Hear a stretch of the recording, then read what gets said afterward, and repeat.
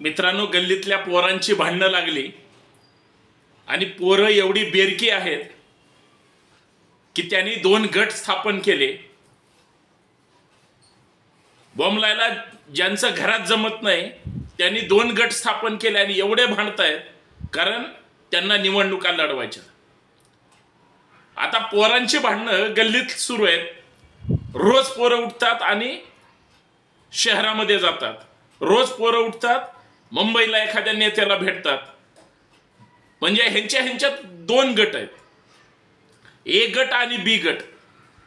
आणि ह्यांना असं वाटतं की जगात आमच्यापेक्षा दुसरं शहाणं कुणीच नाही. मग ह्यांची भांडणं पाहून दिल्लीतल्या एका नेत्याला वाटलं नाही ह्यांचे वाद सोडवले गेले पाहिजेत, कारण गल्लीत गोंधळ होतोय आणि मग दिल्लीत मुजरा नाही झाला तर मग काय करायचं. रात्रभर यांच्या बैठका चालू झाल्या. किती टाळकी होती. म्हणजे निवडणुका लढवायच्या, जागा त्या ठिकाणी वाटप करायचंय आणि 3च टाळकी. एक जण म्हणतोय युतीचा आहे मी, दुसरा म्हणतोय मी आघाडीचा आहे. अरे 3 टाळके तुम्ही चर्चेला जाता, 3 टाळके तुम्ही तिथं जाऊन गप्पा हाणता, रात्रभर काय शेंगा झोडता, काय आईश करता, कुणालाच काय माहित नाही. आणि रुसतात, फुकतात, म्हणतात मला जागा कमी आहे, म्हणतात मला ही जागा पाहिजे, म्हणतात मला ती जागा पाहिजे. बरं, ह्यांच्याकडे बघितलं तर वाटत सुद्धा नाही की हे गावामधले एक मातब्बर नेते असतील म्हणून. आणि शेवटी टाळकीच. ह्यांच्या पाठीमागे जनाधार नाही. ही दुसऱ्याची घरं फोडतात, हे दुसऱ्याचे कार्यकर्ते पळवतात, हे पाठीत खंजीर खुपसतात आणि गावातले 1 नंबरचे गद्दार आहेत हे.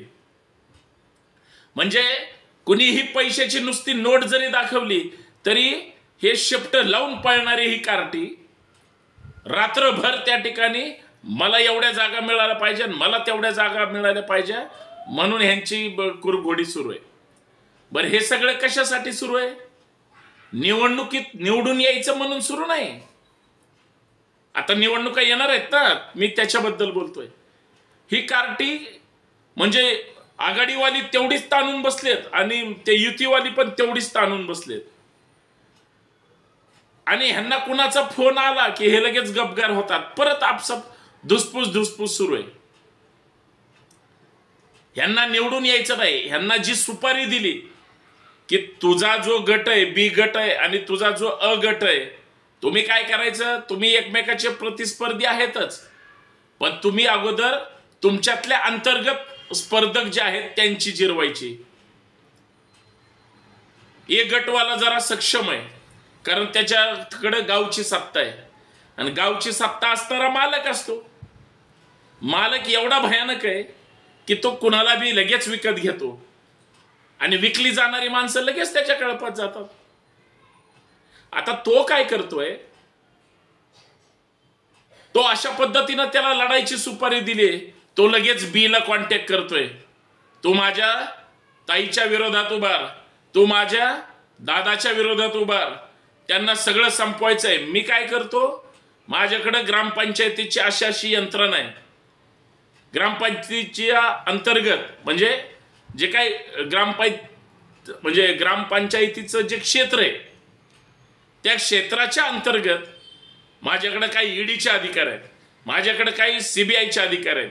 मी काय करतो, त्या ग्रामपंचायतीत भुंगा लावतो, त्याच्या मागे चौकशी लावतो. नाला कसा केला, हागणदाऱ्या स्वच्छ केल्या का, तिकडं कोंबऱ्याच्या खुराड्यामध्ये पाणी पोचलं का.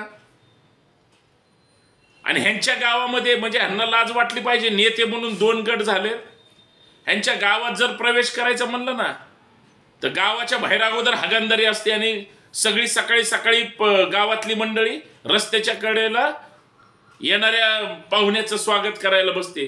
पाहुण्याची गाडी आली, फोकस पडला की सावधान, फोकस गाडी पुढे घेतली की विश्राम.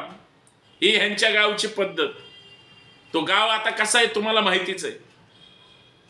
आणि हे लागले तिथं जाऊन शेंगा झोडायला, तिथं जाऊन फार तर लयच मोठ्या गप्पा मारतात. तर माझ्या पदरात किती जागा मिळतील, माझ्या पदरात लय जागा मिळाल्या पाहिजेत. अरे तुझ्या पदराचा, तुझा पदरच दुसऱ्याचा आहे. तो दुसऱ्याच्या जीवावर नेता झालाय, तो दुसऱ्याच्या जीवावर बॅनर लावत मोठा झालाय. एवढंच काय, तुला जे नाव आहे ते दुसऱ्याने दिलंय म्हणून तुझा ब्रँड आहे. तुझ्यात जम असेल तर तू तिसरा गट स्थापन कर, बघू हिम्मत आहे का. नाही. बापजादेनी जे केलंय ते घर फोडायला अक्कल लागत नाही, पण स्वतःच निर्माण करून स्वतः चमकायला अक्कल लागते. आणि अक्कल असायला तिथं सगळं कर्तृत्व पण लागतं. हे चिडले ना, ह्यांना मनासारख्या जागा मिळाल्या नाहीत. रोज 3 दिवस झालं तिकडं जाऊन बसलेत. मुंबईतून उठतात गावाला येतात, गावातून उठतात मुंबईला जातात, मुंबईतून उठतात परत हळूच दिल्लीवाल्याचा फोन आला की परत तिकडं पळतात. तुमचं काय, तुम्हाला कोण विचारतंय? तुम्हाला तेवढी काही ताकदीची हिंमत आहे का? तुम्हाला कोण पाठीशी धरतय का? काही नाही. आमच्या गावातलं एक बेरकं पोरग आहे, लय हुशार, म्हणजे शिक्षणात महागे, त्याला काही कळत नाही असं म्हणतात, पण त्यांनी सांगितलेला अंदाज एकदम करेक्ट असतो. त्यानं दोन्ही गटाचा अभ्यास केला, कारण लहानपणापासून सगळी पोरं ही आम्ही एकत्र असल्यामुळं त्याला मात्र सगळ्यांची खाचखळगी माहीत होती. त्यानं बारकाईनं अभ्यास केल्यावर लक्षात आलं हे 2 गट झालेले नाहीत, हे एकमेकांच्या विरोधात उभं राहून जिरवण्यासाठी हे झालेत. मी 10 लाखाला मातीत गेलो की हा 20 लाखाला गेला पाहिजे, हा 20 लाखाला मातीत गेला होय, मी 30 लाखाला गेलो पाहिजे. कसं?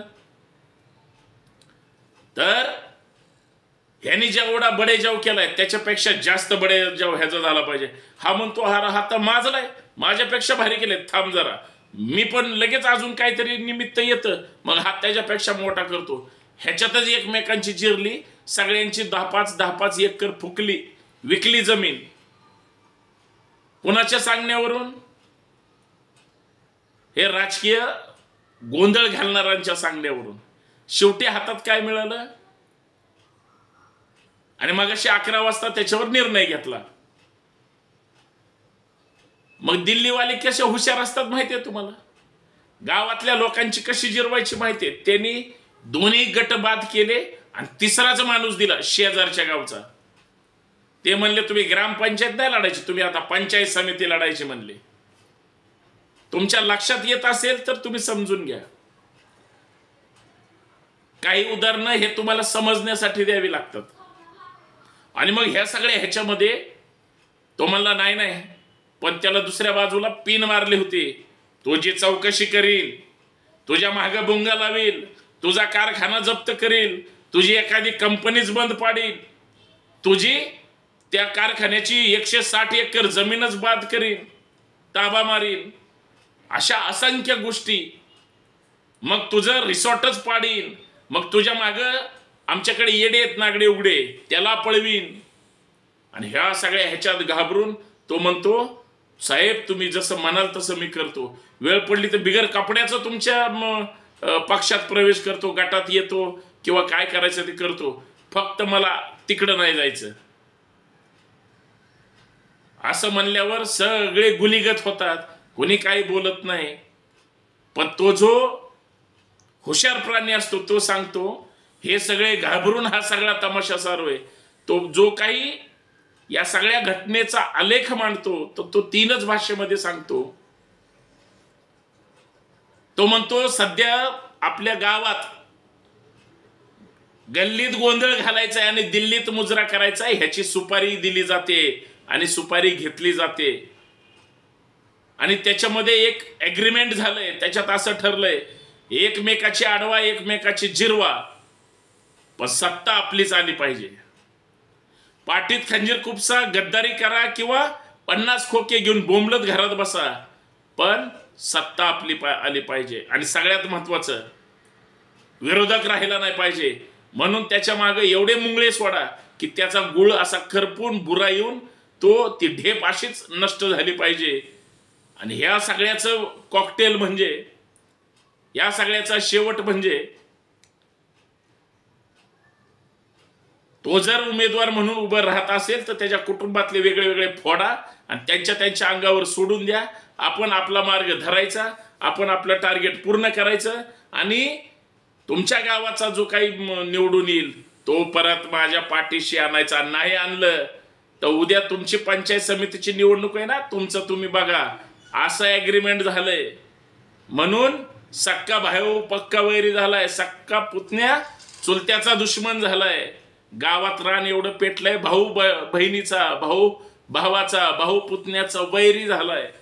एवढंच नाही झालं, गावकीचं राजकारण एवढं डेंजर झालंय की आता बाया बाया एकमेकाच्या विरोधात भांडतायत.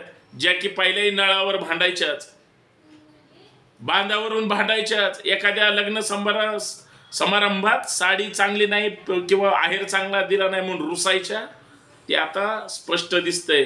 ह्या सगळ्याचा अभ्यास म्हणजे सध्याच्या उमेदवारांची तो बडा की मैं बडा, आमचे उमेदवार जास्त का तुमचे उमेदवार जास्त, किंवा गल्लीत गोंधळ आणि दिल्लीत मुजरा, अशा सगळ्या पद्धतीनं सुरू आहे. पण मित्रांनो, तुम्हाला या सगळ्या चर्चेतून काय लक्षात आलं मला माहित नाही, परंतु या चर्चेचा आणि कुणाचाही कुठल्याही राजकीय पक्षाशी, नेत्याशी किंवा कुठल्याही भांडवलदारांशी याचा काही संबंध नाही. गावगाड्यामध्ये ग्रामपंचायतीच्या निवडणुकीला असे गोंधळ नक्की होतात. खास करून सोसायटीच्या निवडणुकांमध्ये सुद्धा गोंधळ होतात. खरंय का नाही? धन्यवाद. जय जिजाऊ, जय शिवराय. आवडलं तर फक्त जास्तीत जास्त शेअर करा. एकमेकाची आडवा आणि एकमेकांची जिरवा हा सध्या राष्ट्रीय कार्यक्रम सुरू आहे. धन्यवाद.